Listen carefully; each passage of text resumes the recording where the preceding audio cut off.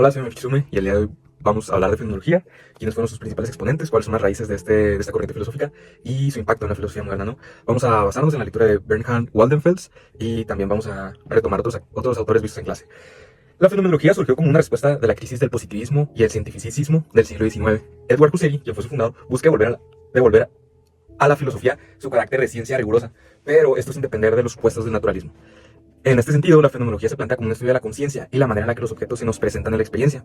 Ahora, ¿qué es esto de la crisis del positivismo y el cientificismo del siglo XIX?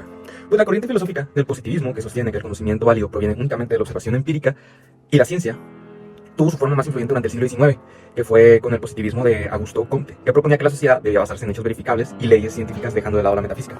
Pero sin embargo, a finales del siglo XIX comenzaron a surgir críticas hacia esta visión y se empezó a notar que el positivismo reducía la realidad de los meros datos observables, dejando fuera elementos como la subjetividad, la conciencia, la experiencia vivida. Además, las ciencias formales, como la lógica y la matemática, muestran que los conocimientos no dependen solamente de la observación empírica.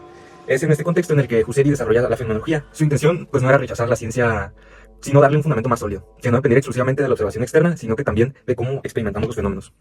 Uno de los conceptos centrales de Husserl es la reducción fenomenológica, la cual implica suspender todo juicio sobre existencia objetiva de las cosas para enfocarnos en cómo se nos presentan a la conciencia. Esto significa que nos preguntamos si algo es real en términos absolutos, sino cómo lo experimentamos y qué estructuras tiene dicha experiencia. Aquí pues podemos ver un punto de encuentro y distanciamiento con Kant, con Immanuel Kant. Mientras que Kant sostiene que el conocimiento está mediado por estructuras a priori, Husserl nos intenta analizar la experiencia de cómo se nos da, sin asumir pues estas categorías previas. La fenomenología husserliana es en este sentido una radicalización del pensamiento tras. Ahora, Martin Heidegger, un discípulo de Husserl, tomó la fenomenología y la transformó en un proyecto existencial. Pues para Heidegger la cuestión no es solo cómo se nos presentan los fenómenos, sino qué significa existir. En Ser y Tiempo introduce el concepto del Dasein, el ser que se interroga a sí mismo sobre su propia existencia.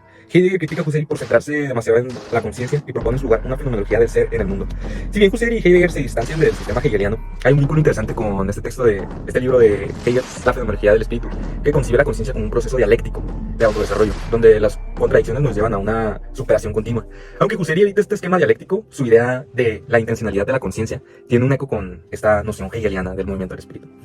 Otro punto relevante es esta relación de la fenomenología con la teoría del marxismo, que tiene sus bases epistemológicas en este autor, Friedrich Hegel. Aunque Husserl pues, no aborda directamente cuestiones socioeconómicas, su énfasis en la conciencia y la percepción de la realidad se puede aplicar en conceptos marxistas como el de la alienación, donde el capitalismo y el trabajador experimentan su realidad de manera distorsionada y que esa actividad se convierte en algo ajeno para él. Ya para concluir, pues podemos resumir esto en que la fenomenología es una corriente que ha marcado mucho la filosofía contemporánea, ya que desde Husserl hasta Heidegger, Hegel, Marx nos ofrecen estas herramientas para analizar la experiencia desde una perspectiva pues abierta a la subjetividad de cómo experimenta cada individuo en base a su entorno. Nos ayuda a cuestionar nuestras certezas y explorar la riqueza de las experiencias humanas más allá de supuestos naturalistas o dogmáticos.